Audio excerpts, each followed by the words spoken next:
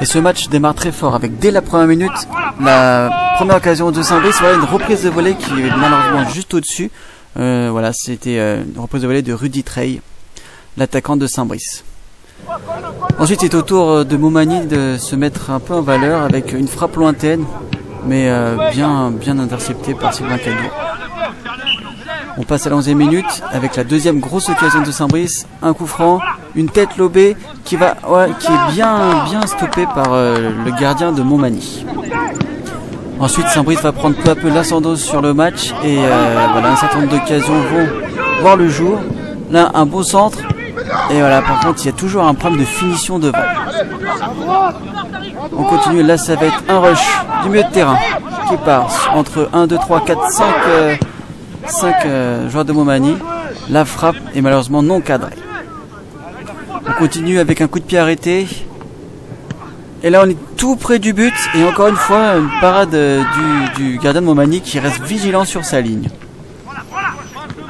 Et là c'est une frappe, voilà, qui passe pas loin de la lucarne, mais manque encore une fois de précision. On passe en seconde période avec un pressing gagnant de Saint-Brice. 1-2 dans la surface, frappe cadrée et toujours le gardien de Montmagny qui ne se laisse pas avoir. Peu à peu le match se rééquilibre et cette fois c'est au tour de Montmagny d'être dangereux d'abord sur un coup de pied arrêté. Et surtout alors, la plus belle action du match, c'est presque un contre. Surtout une erreur défensive de Saint-Brice avec un hors-jeu qui a mal été joué par l'équipe. On voit le libéro qui court derrière. Donc il va y avoir un face-à-face. Une belle frappe et la parade de Sylvain qui sauve son équipe sur ce match-là.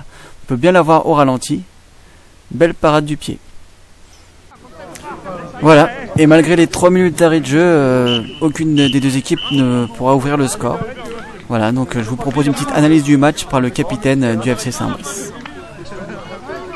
C'est un grand mot, mais bon, on n'a pas perdu, on reste premier avec les 2 points d'avance.